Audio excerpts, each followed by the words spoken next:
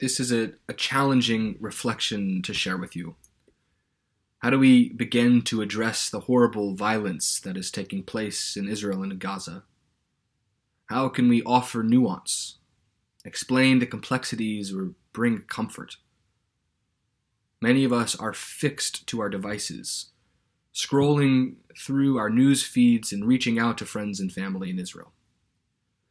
I know there is a hunger among all the generations of the Holy Blossom community to learn, to express solidarity, and offer prayers for Israel.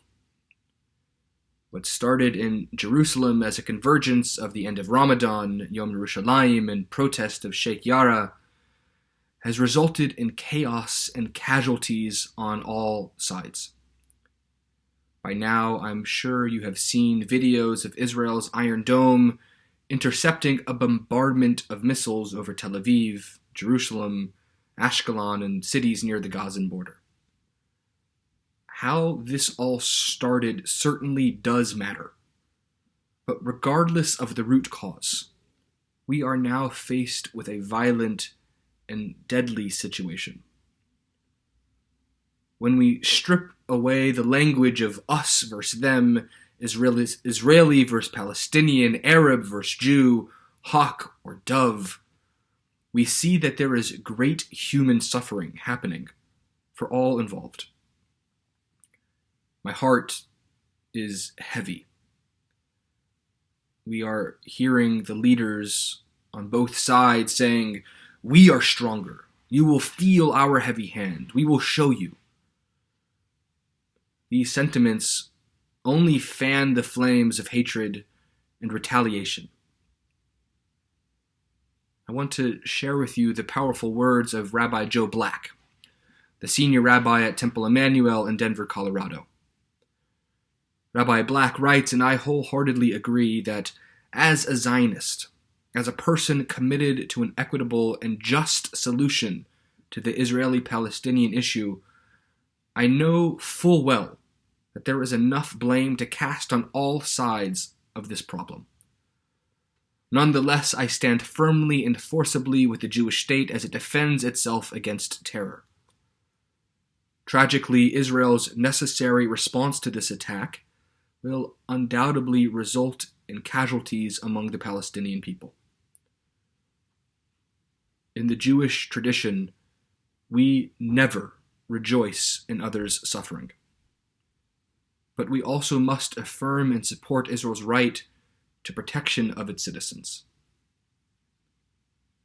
Over the next few days and weeks, we will all see attempts to paint Israel as a demonized aggressor.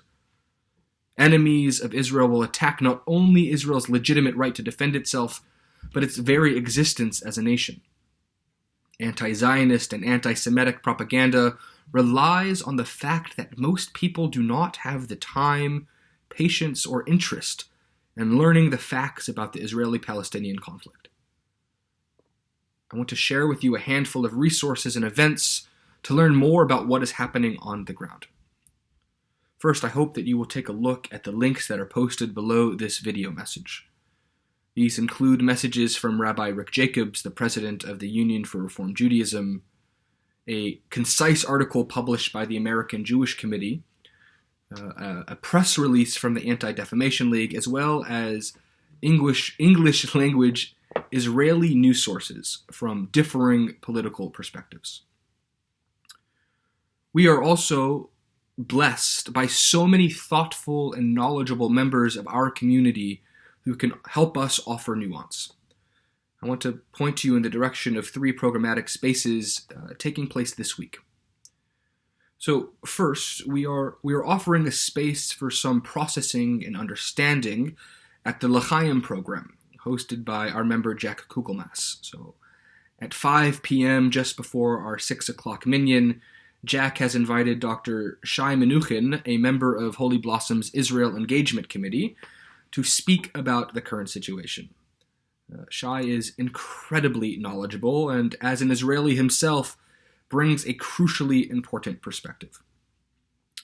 The second event is happening tomorrow, an international briefing about the situation in Israel is being offered Thursday, May 13th at 2 p.m. Eastern Standard Time or 9 p.m. Israel time. You can join together with new member of Knesset, Rabbi Gilad Kariv, the IMPJ Chair Yair Luchtin, the IMPJ Acting Director General Anna Kislansky, and leaders of Artsenu, Artsa, and the World Union for Progressive Judaism, talking about the socio-political situation at present, where the Israeli movement of progressive Judaism and the Israeli Religious Action Center are doing about it, as well as a report from our rabbis in the field in areas under attack. So again, a registration link can be found below this video message. And lastly, this Friday afternoon, May 14th, at 3 p.m., Holy Blossom will be hosting a conversation with members and friends of our community, Professor David DeWitt, Professor Howard Edelman, Joan Garson, Professor Derek Penslar, Mark Anchin, and former Ambassador John Allen. So again, Zoom information can be found below. There's no need to register for that event. We hope that you will join us, and if 3:30 does not work, we're planning on posting a recording of that conversation as well. As we send our thoughts and prayers to our friends and family in Israel, let us take a moment to consider the power of prayer, especially now, when the right words of comfort and solidarity are so hard to come by. Abraham Joshua Heschel writes that in no other act does a human being experience so often the disparity between the desire for expression and the means of expression as in prayer. The inadequacy of the means at our disposal appears so tangible, so tragic, that one feels it a grace to be able to give oneself up to music, to a song, to a chant. The wave of a song carries the soul to heights which unutterable meaning can never reach. Such abandonment is no escape, for the world of unutterable meanings is the nursery of the soul, the cradle of all our ideas. It is not an escape, but a return to one's origin. And so we join together in prayerful song. Avinu, Avinu, Sheba Shamayim, Tzur Yisrael v'gohalo. Avinu, Avinu, Sheba Shamayim, Tzur Yisrael v'gohalo. Barech, Barech, et Medinat Yisrael, Reshit Tzmichat Gilatenu. Again Aleha, Be'avrat Chazdecha, Ufros Aleha Sukat Shlomecha. Avinu, Avinu, Sheba Shamayim, Tzur Yisrael v'gohalo. V'nomar Amen. God in heaven, rock and redeemer of Israel, bless the state of Israel, the first flowering of our redemption. Shield it with your love, spread over it your canopy of peace. Enlighten its leaders with faith and direct them with your good counsel.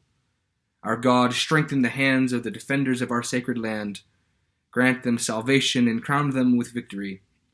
Establish peace in the land, everlasting joy for all its inhabitants. And let us say together, Amen. Stay safe, my friends.